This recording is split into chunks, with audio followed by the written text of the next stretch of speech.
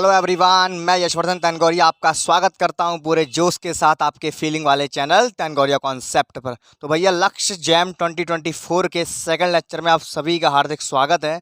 तो आज हम स्टार्ट करेंगे भैया लक्ष्य जैम में आगे बढ़ते हुए। हमने एक लेक्चर दे दिया है, अगर आप लोगों ने वो नहीं देखा है तो उसको भी जाकर के देख लेना, अदरवाइज आज का लेक्चर कम पल्ले पड़ेगा। ऐसा होता है कि सीढ़ी बाय सीढ़ी अगर चलते चले जाओगे तो अच्छी फीलिंग आती है।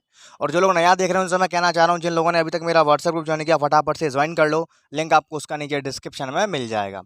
तो स्टूडेंट्स, आज हम पढ़ने वाले हैं some standard examples of vector space के बारे में। इसमें एक बहुत इंपॉर्टेंट टॉपिक आपका आता है फील्ड एक्सटेंशन। एक मोटी भाषा में समझते हैं, शुद्ध हिंदी में लिखा हुआ देखिए, फील्ड एक्सटेंशन होता क्या है। हमारे पास के कोई फील्ड है, समझना ध्यान से, हम पे के कोई फील्ड है, हमने क्या किया उस फील्ड के अंदर हमने कुछ और एलिमेंट्स बढ़ा दिए, तो वो फील्ड पहले से बड़ा हो जाएगा। तो वो फील्ड बड़ा होने के बाद बन गया आपका एफ, बस हो गया। हमने जो एलिमेंट डाल करके किसी छोटे फील्ड को हमने बड़ा बनाया, इसी घटना को भैया, इसी प्रोसीजर को बोलते हैं फील्ड एक्सटेंशन। बात समझ में आई। और जो बड़ा वाला फील्ड होगा, जो एफ बन के आया है के से, जो बड़ा वाला फील्ड आया है बन करके, वो हमेशा ही छोटे वाले फील्ड के चारों ओर स्पेस जनरेट करेगा। इस बात को हम अच्छे से सीख चुके हैं लेक्चर नंबर 1 में कि प्रत्येक बड़ा फील्ड जो होता है वो अपने छोटे फील्ड के चारों ओर स्पेस जनरेट करता है, जैसे हम वेक्टर स्पेस बोलते हैं। अर्थात सीधी भाषा में बोलूं तो प्रत्येक बड़ा फील्ड अपने छोटे फील्ड पर वेक्टर स्पेस बनाता है। तो कहने का तात्पर्य यही है कि जो छोटा फील्ड था के, हमने उसमें कुछ एलिमेंट्स डाले और वो फील्ड बड़ा हो गया, तो जो बड़ा फील्ड आया है वो उस छोटे वाले फील्ड के ऊपर एक वेक्टर स्पेस बनाएगा। कहने का मतलब खत्म। चलो पढ़ते हैं क्या लिखा है। के कोई फील्ड था, उसमें हमने कुछ एलिमेंट्स और ऐड करके हमने एक बड़ा वाला फील्ड बना दिया एफ। यह प्रक्रिया फील्ड एक्सटेंशन कहलाती है। ये बन गया देखो एफ ओवर के, ऑलवेज वेक्टर स्पेस बनेगा, यानी कि प्रत्येक फील्ड अपने सब फील्ड पर वेक्टर स्पेस होता है। इस चीज़ को हम फीलिंग करके लेक्चर नंबर 1 में अच्छे से सीख चुके हैं, इसीलिए मैं कह रहा हूँ आप सीढ़ी बाय सीढ़ी आगे बढ़ें। अब मैंने यहाँ पे कुछ अच्छे अच्छे एग्जांपल्स लिए हुए हैं इसी टॉपिक के ऊपर, चलिए फटाफट से इनको करने की कोशिश करते हैं। देखो, या तो कोई फील्ड है, उससे बड़ा फील्ड उसके ऊपर हमेशा ही वेक्टर स्पेस बनाएगा, और कोई अगर फील्ड है तो वो अपने आप पर भी वेक्टर स्पेस बनाएगा। जैसे कि मैं लिखा हुआ यहाँ पे आर ओवर आर, यहाँ पे ये आगे वाला वेक्टर स्पेस होता है, पीछे वाला फील्ड होता है, ठीक है। तो आर ओवर आर एक वेक्टर स्पेस ऑलवेज बनाएंगे, क्योंकि हमारी जो वेक्टर स्पेस की दोनों शर्तें हैं, वेक्टर एडिशन और स्केलर मल्टीप्लिकेशन, दोनों ही संतुष्ट होंगी। क्यों? क्योंकि हमारा वेक्टर स्पेस ही आर है, हमारा फील्ड भी आर है। तो हम अगर हम एडिशन करेंगे तब भी वो आर में बिलोंग करेगा, अगर हम वेक्टर मल्टीप्लिकेशन यानी कि अगर हम स्केलर मल्टीप्लिकेशन भी करेंगे तो भी हमारा वो आर के अंदर मौजूद रहेगा, यानी कि हमारी दोनों प्रॉपर्टियां होल्ड हो रही हैं। तो आर ओवर आर हमारा एक वेक्टर स्पेस बनेगा। आगे बात करते हैं आर ओवर क्यू की। तो देखो, हमारा क्यू एक रेशनल नंबर का छोटा फील्ड है, क्यू एक फील्ड है, और आर क्या है? वेक्टर स्पेस है। यानी कि ये छोटा फील्ड है, ये बड़ा फील्ड है। हमने यही लिखा हुआ है कि जो बड़ा फील्ड होता है छोटे फील्ड के ऊपर हमेशा वेक्टर स्पेस बनाता है। हम सीख चुके हैं लेक्चर नंबर 1 में कि आर और क्यू आपके दोनों के दोनों फील्ड होते हैं। तो यानी कि हमारी ये शर्त तैयार लागू हो रही है, तो भैया हमारा R over Q vector space बनेगा। ध्यान से सुनो मैं क्या कह रहा हूँ। प्रत्येक छोटा फील्ड जो होता है वो बड़े वाले फील्ड उसके ऊपर हमेशा वेक्टर स्पेस बनाता है। क्यू ओवर क्यू की बात करें तो देखो, सेम आर ओवर वाली कंडीशन यहाँ भी बन रही है, यानी कि प्रत्येक फील्ड अपने आप पर वेक्टर स्पेस होता है, तो क्यू ओवर क्यू भी हमारा वेक्टर स्पेस होगा। ऐसे क्वेश्चन नहीं आते पेपर में, ये तो बस अभी हम प्रैक्टिस कर रहे हैं। कभी क्वेश्चन आपने देखे कहाँ है? मजा आएगा, आगे चलते जाइए। देखो, सी ओवर सी है, ये वेक्टर स्पेस बनाएगा अपने आप में, एक दोनों के दोनों फील्ड है, सी अपने आप में फील्ड है और अपने आप पर फील्ड अपने आप पर वेक्टर स्पेस होता है। आगे बात करते हैं, क्या Z over Q vector space बनाएगा? सोचो, जेड क्या है? सेट ऑफ इंटीजर, और क्यू क्या है? Rational number. तो भैया सबसे बड़ी बात तो ये होगी कि जेड यहाँ पे खुद ही फील्ड नहीं है, जेड हमारा फील्ड ही नहीं है, तो जेड वेक्टर स्पेस नहीं बनाएगा। गलत मत कर देना जल्दबाजी में, किस चीज़ का ध्यान होना चाहिए। मैंने आपको कल क्या बताया था कि आगे वाला भी फील्ड होना चाहिए, पीछे वाला भी फील्ड होना चाहिए, लेकिन आगे वाला बड़ा फील्ड हो या उसके बराबर का फील्ड हो। समझ रहे हो? आगे वाला बड़ा फील्ड हो या उसके बराबर का फील्ड हो, लेकिन दोनों के दोनों फील्ड होने चाहिए। उस आगे वाले फील्ड को हम वेक्टर स्पेस कह देते हैं, क्योंकि वो उससे बड़ा है, क्योंकि उसके चारों ओर एक स्पेस जनरेट करता है। इसीलिए हम आगे वाले को हाँ है तो वो भी फील्ड ही, लेकिन हम उसको वेक्टर स्पेस बोलते हैं। समझ में आ रहा है? लेकिन दोनों के दोनों फील्ड होने चाहिए। और कल ही हमने सीखा कि भैया जो हमारा सेट ऑफ इंटीजर्स है वो फील्ड नहीं बनाता। क्यों? क्योंकि भैया डिवाइड में फेल हो जाता है। जो डिवीजन की प्रॉपर्टी थी क्या थी? मान लो अगर मैंने कोई उठा लिया, मैंने कोई वेक्टर एडिशन में, या मैंने कोई इसको फील्ड चेक करना है, तो चलो बताता हूँ कैसे नहीं है। हम जानते हैं फील्ड की प्रॉपर्टी क्या होती है, जोड़ घटाई गुणा भाग सब कुछ सेटिस्फाई होना चाहिए। कोई से दो इंटीजर उठा लो, मैंने उठा लिया 1 और एक उठा लिया मैंने 2।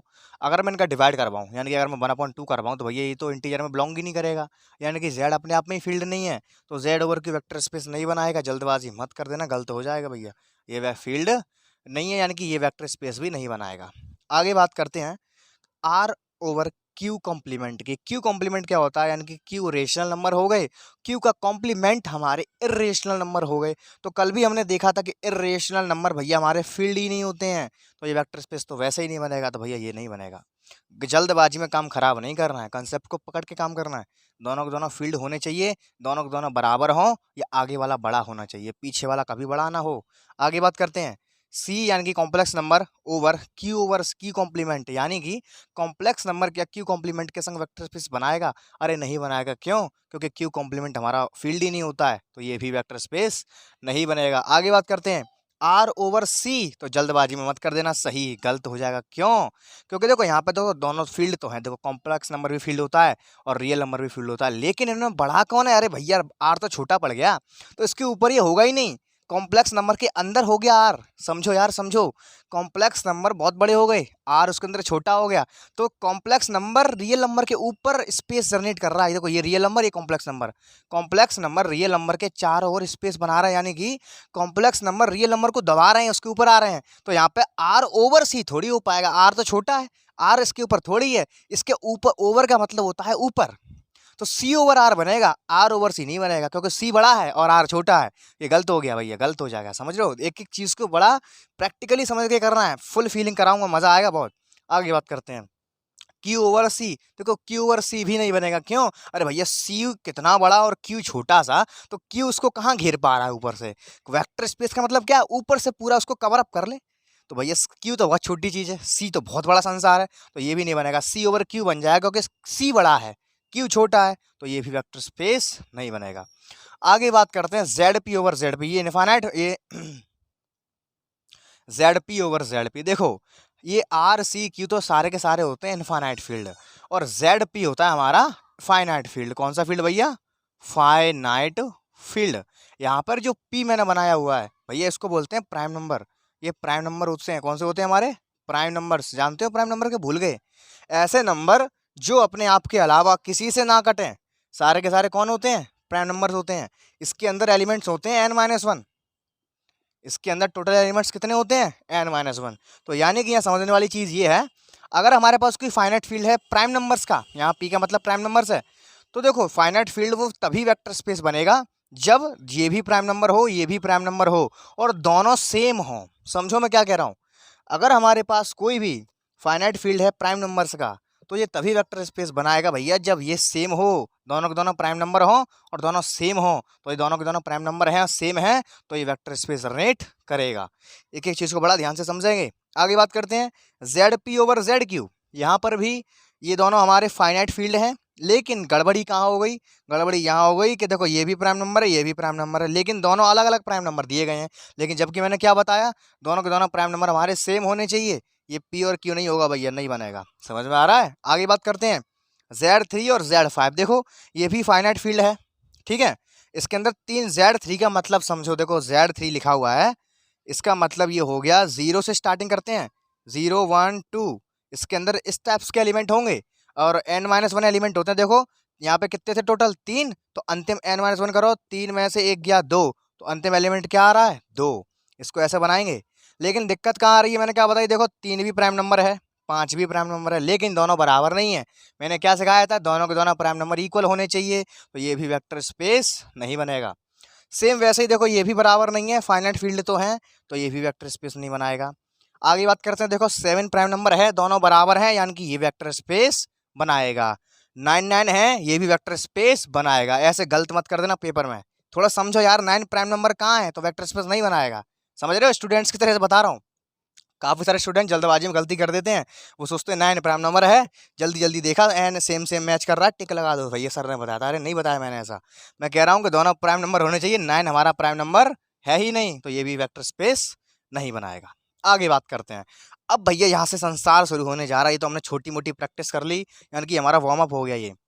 अब यहाँ से असली कहानी शुरू होने जा रही है, तो सीट बेल्ट बांध के बैठना, एक नए सफ़र की ओर चल रहे हैं।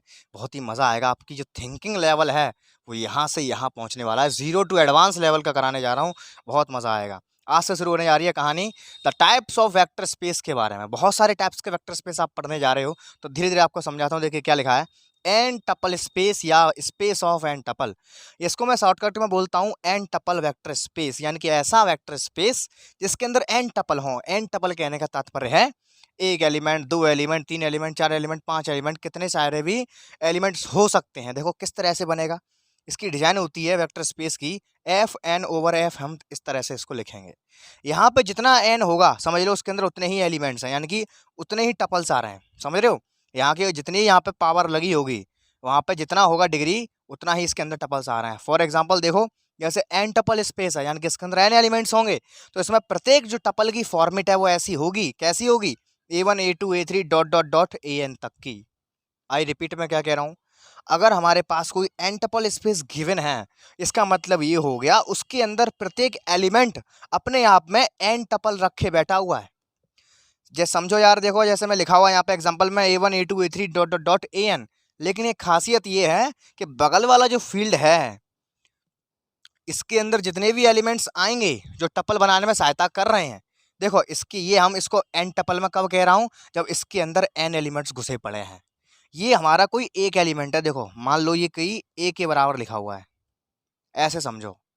एन टपल स्पेस का मतलब ये हो गया, एन टपल स्पेस के अंदर जितने भी एलिमेंट्स होंगे, मैंने कोई एलिमेंट ले लिया ए, प्रत्येक एलिमेंट की शकल एन तक जाएगी, प्रत्येक एलिमेंट के अंदर एन एलिमेंट्स होंगे, और वो सारे के सारे एन एलिमेंट्स हमारे भैया फील्ड से आएंगे।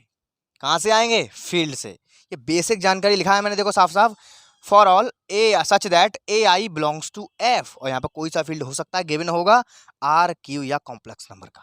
समझ में आई बात। एन टपल स्पेस में प्रत्येक जो टपल होगा वो एन टपल तक जाएगा, प्रत्येक जो एलिमेंट होगा वो इस तरह का लिखा जाएगा, एन टपल तभी इसको बोलेंगे। अगर मान लो यहाँ पे ऐसे लिखा हो, ये F2 ओवर एफ, ऐसे लिखा होता, मान लो, समझ लो F2 ओवर एफ लिखा होता है, इसका मतलब ये हो गया इसके अंदर टू टपल के एलिमेंट्स आ रहे हैं। यानी कि अगर मैं इस ए को लिखता, फिर मैं इस ए को कैसे लिखता, इस ए को मैं लिखता A1 A2 जैसा, क्यों, क्योंकि यहाँ पे टू टपल स्पेस बन गया। तो समझ रहे हो मैं कहना क्या चाह रहा हूँ, जितना यहाँ पे एन होगा उतने ही टपल्स बनेंगे प्रत्येक एलिमेंट के अंदर, प्रत्येक एलिमेंट के अंदर। यानी कि ऐसे समझो जैसे कि हमारा वेक्टर स्पेस हो गया, ये आगे वाला हमारा वेक्टर स्पेस होता है, पीछे वाला फील्ड होता है, तो इस वेक्टर स्पेस के पास टू टपल के एलिमेंट्स होंगे। ये मान लो ए कोई वेक्टर है इसका, तो इसके अंदर एलिमेंट्स कैसे होंगे, जितना यहाँ पे पावर होगा ऐसे होंगे। यहाँ पे मैंने दो लिए पावर, तो टू टपल के एलिमेंट होंगे इसके अंदर, दो दो एलिमेंट। समझ में आ रहा है। और जितने भी दोनों के दोनों एलिमेंट्स कहाँ से आएंगे, इसके बगल में जो फील्ड दिया होगा वहाँ से आएंगे। आगे बात करते हैं, वेक्टर एडिशन कैसे करेंगे हम। मान लिया मैंने कोई दो वेक्टर्स है हमारे पास, ए और बी, हम पे कोई दो वेक्टर हैं, और मैंने कहा कि देखो हम पे एन टपल स्पेस है। कहने का मतलब है कि प्रत्येक वेक्टर के अंदर एन टपल होंगे। मैंने टू टपल स्पेस लिया तो प्रत्येक वेक्टर के अंदर टू टू टपल होते, लेकिन ये एन टपल स्पेस है, तो ए वेक्टर के अंदर भी एन तक जाएंगे, बी वेक्टर के अंदर भी हम एन तक जाएंगे, ऐसे लेने हैं। समझ में आ रहा है। इनका एडिशन कैसे कराएंगे, देखो सिंपल सी बात है, इनका एडिशन देखो कैसे होगा, बहुत सिंपल। देखो पहला टपल दूसरे टपल से ऐड होगा, कॉमा का कॉमा रहेगा, देखो ऐसे A1 प्लस B1 कॉमा, दूसरा टपल दूसरे से ऐड होगा A2 plus B2 dot dot dot dot dot AN plus BN। जब हम क्वेश्चंस लगाएंगे ना, वेक्टर स्पेस के प्रॉपर्टी लगाएंगे, तब यहाँ पे आपको ये चीज़ दिक्कत दे सकती है, इसलिए मैं वहीं कहीं क्लियर करके चल रहा हूँ। ऐसे हम ऐड करेंगे। अच्छा, स्केलर मल्टीप्लिकेशन कैसे होगा, तो स्केलर मल्टीप्लिकेशन के लिए देखो लैम्डा A प्लस बी लेके चलेंगे, हम स्केलर का मल्टीप्लिकेशन करवाएंगे दोनों को ऐड करके। तो कैसे करेंगे, देखो हो गया A प्लस बी, इनको ऐड करके रखेंगे इसके अंदर, A1 plus B1 comma A2 plus B2 कहाँ तक, AN प्लस BN तक। अभी जर्नली समझ लो, अभी जब क्वेश्चन कराएंगे तब और HD क्वालिटी में क्लियर होगा क्या कैसे हो रहा है। तो आई होप इतना समझ में आया होगा। अब बढ़ते हैं अगली डिज़ाइन की तरफ, जल्दी से इसका स्क्रीनशॉट ले लो, और मेरा सजेशन है कि आप लोग नोट्स अपने खुद के ही बनाना, जितना अच्छा तुम खुद लिख लोगे उतना तुम्हें कोई सिखा नहीं सकता है। समझ में आ रहा है? तो फटाफट से इसका स्क्रीनशॉट ले लो, मैं इसको रफ करता हूँ, देखिएगा। हाँ तो देखिए आगे बात करते हैं हम मैट्रिक्स स्पेस के बारे में। नाम से ही फीलिंग आ रही है, मैट्रिक्स स्पेस। मैट्रिक्स स्पेस का मतलब हो गया भैया ऐसा स्पेस जिसमें वेक्टर का रोल मैट्रिक्स निभाए। यानी कि अब तक हम पढ़ रहे थे वी ओवर एफ, यहाँ पे वी कोई वेक्टर स्पेस था, तो अंतर सिर्फ इतना आ जाएगा जो वेक्टर की जगह पर भैया कोई मैट्रिक्स आपको दे दी जाएगी एम क्रॉस एन ऑर्डर की या एन क्रॉस एन की, या सेम ऑर्डर भी हो सकता है, सेम ऑर्डर नहीं भी हो सकता है, फील्ड वहीं का वहीं रहेगा। तो यहाँ पे एक चीज़ ध्यान रखनी है आपको, जो मैट्रिक्स दी जाएगी आपको उसका भैया ऑर्डर फिक्स रहेगा। और दूसरी बात, मैट्रिक्स की सारी एंट्रीज भैया आपकी फील्ड से बिलोंग करनी चाहिए। कहाँ से बिलोंग करेंगी? फील्ड से बिलोंग करनी चाहिए। तो ऐसे स्पेस को हम क्या कहेंगे भैया? Matrix space. अभी मैं केवल बेस बनवा रहा हूँ, क्योंकि मैं आपको ये क्यों बता रहा हूँ, जब क्वेश्चंस आएंगे तो पहचान सकोगे हमें कैसा स्पेस दिया गया है, इसमें कैसे प्रॉपर्टी लगाते हैं, कैसे एडिशन करते हैं, कैसे स्केलर का मल्टीप्लिकेशन करते हैं, सारी चीज़ें बता दे रहा हूँ। समझ में आ रहा है? तो ऐसा स्पेस जिसमें वेक्टर का रोल मैट्रिक्स अदा करेगी, कोई भी ऑर्डर की हो सकती है, ऑर्डर सेम भी हो सकता है, ऑर्डर सेम नहीं भी हो सकता है, आगे वाली होती हैं रो, पीछे वाले होते हैं कॉलम। इसके अंदर सारे के सारे एंट्रीज आपकी फील्ड से बिलोंग करेंगी, इसका लेकिन ऑर्डर फिक्स रहता है।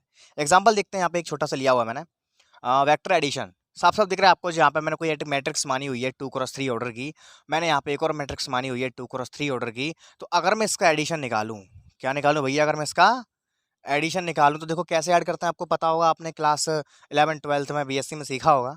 पहला पहले से जुड़ेगा 3 आ जाएगा, दूसरा दूसरे से जुड़ेगा 6 आ जाएगा, 1/2 आ जाएगा, 0 0 1 आ जाएगा, 7 और 2 9 आ जाएगा, 4 और 2 6 आ जाएगा। यहाँ पे देखो ऑर्डर हम लेके चले थे 2x3 तो भैया अभी भी क्या आया है? 2x3। यानी कि अगर मैं वेक्टर एडिशन करता हूँ या स्केलर मल्टीप्लिकेशन करता हूँ तो मैट्रिक्स का ऑर्डर हमेशा फिक्स रहेगा। क्या रहेगा? फिक्स। नोट पॉइंटर वाला जोरदार चीज़ है, क्वेश्चन करोगे ना तब समझ में आएंगी, छोटी छोटी बारीकियाँ जो मैं बता रहा हूँ ना आपको, अभी थोड़ी समझ में नहीं आएंगी, क्वेश्चन में समझ में आएगा कि ऑर्डर फिक्स का कितना बड़ा मतलब है।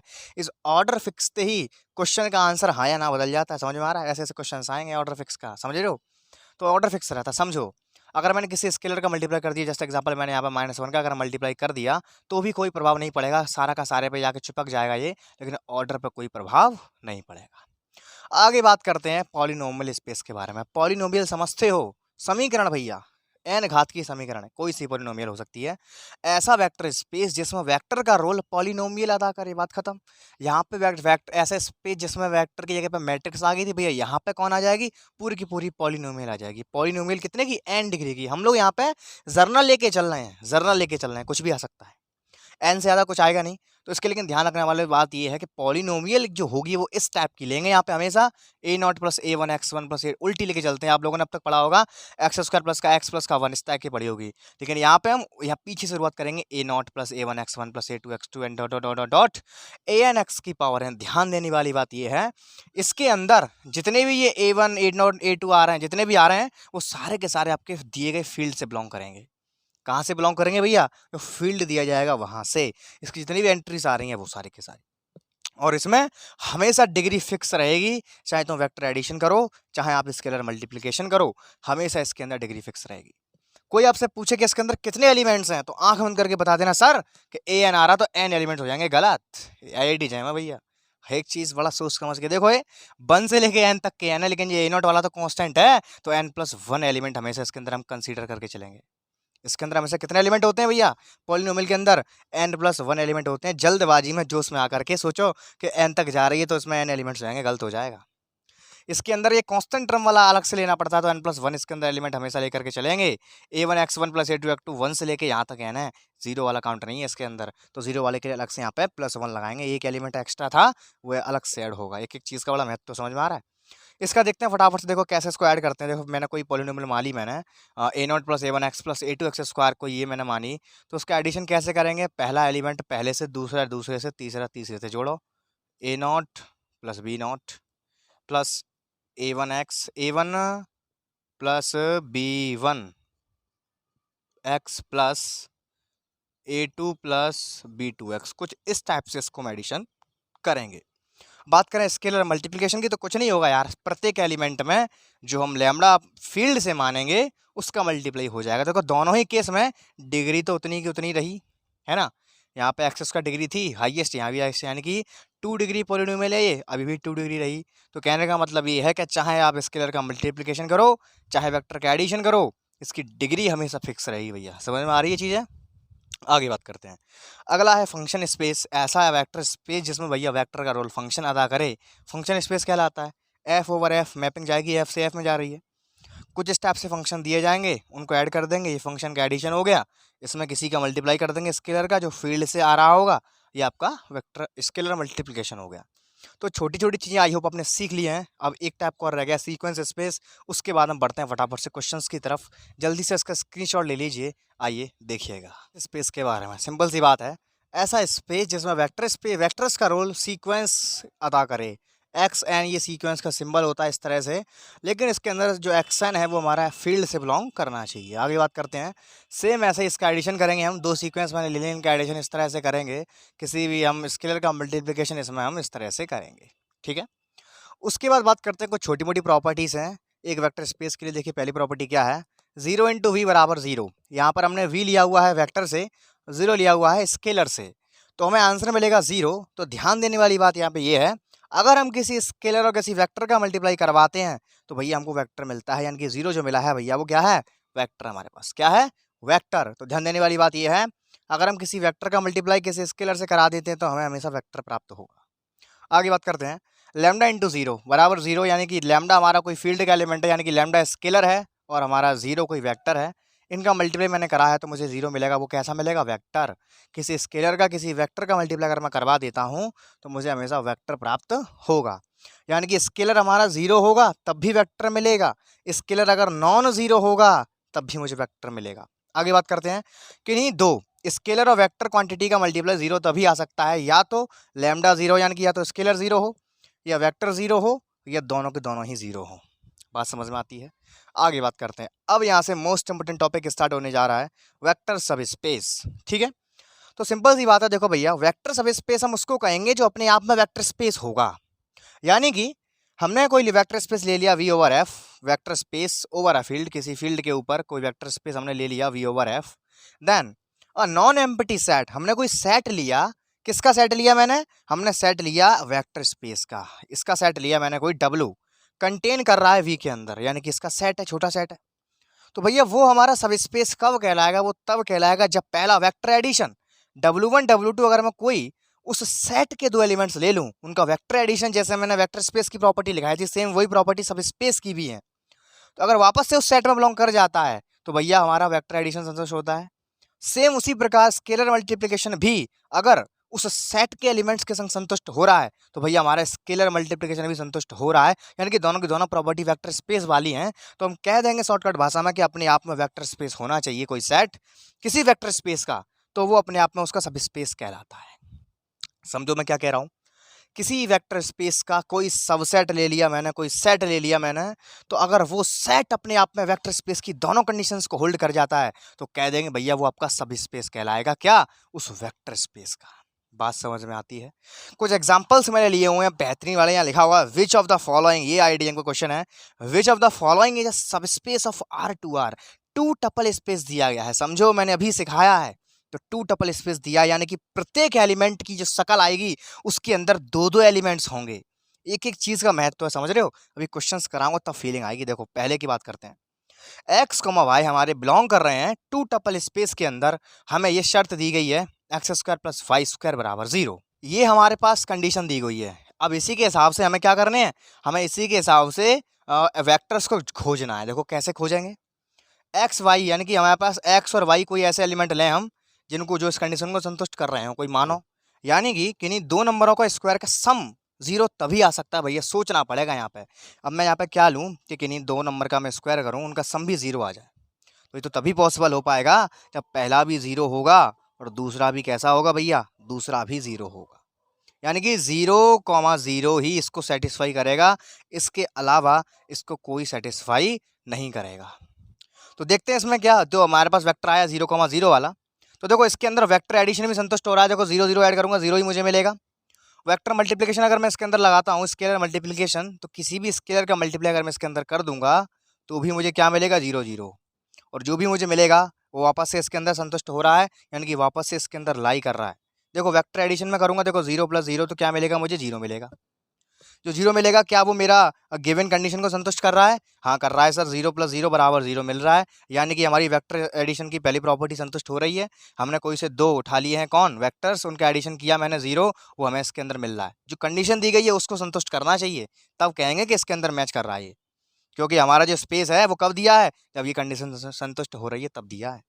स्केलर मल्टीप्लिकेशन अगर मैं 0 के अंदर मैं किसी भी स्केलर का मल्टीप्लाई करूंगा तो आंसर हमेशा 0 रहेगा, यानी कि जो हमें 0 मिला है वो इसके अंदर संतुष्ट हो रहा है। तो वेक्टर मल्टीप्लिकेशन, वेक्टर एडिशन और स्केलर मल्टीप्लिकेशन दोनों के दोनों ही संतुष्ट हो रहे हैं, तो यानी कि अपने आप में सब स्पेस बनाएगा। अपने आप में देखो वेक्टर स्पेस की दोनों प्रॉपर्टी होल्ड कर गया, तो यानी कि सब स्पेस बनाएगा। ये किसका? R2/R का। समझ में आ रहा है? यहाँ पे लिखा हुआ मैंने 0 वेक्टर, समझो इसका बहुत बड़ा रोल है। देखो 0 वेक्टर अगर हमें किसी के अंदर मिल जाता है तो आंख बंद करके कह देंगे भैया ये क्या बनाएगा? ये वेक्टर स्पेस बनाएगा। पक्का 90% बन रहा होगा। लेकिन यहाँ पे एक शर्त मैं बता देना चाह रहा हूँ अपने एक्सपीरियंस के हिसाब से, कि अगर आपको 0 वेक्टर दिखाई दे रहा है तब भी आप दोनों प्रॉपर्टी लगा के चेक कर लो, क्योंकि ऐसे बहुत जगह होता है कि 0 वेक्टर भी उसके पास होता है, यानी कि 0 वेक्टर का मतलब है सीधे सीधे 0 होना चाहिए उसके पास। क्या होना चाहिए? 0। तो इस चीज़ को मैं देखो ये चीज़ मैंने बिना दिखाए भी आपको कह सकता था। क्यों? क्योंकि यहाँ पे 0 वेक्टर मिल रहा है, तो यानी कि वेक्टर स्पेस बनाएगा। समझ रहे हो? लेकिन तब भी वेक्टर 0 वेक्टर दिख जाएगा आपको, तब भी आपको दोनों कंडीशन सेटिस्फाई करके देखनी जरूर है। लेकिन अगर 0 वेक्टर आपको नहीं दिख रहा है, दूर से दिखाई देगा कि 0 वेक्टर नहीं है, तो वहां पे ये प्रॉपर्टी बिल्कुल मत लगाना, आंख बंद करके कह देंगे कि सब स्पेस नहीं बनाएगा। सब स्पेस होने के लिए 0 वेक्टर होना बहुत जरूरी है।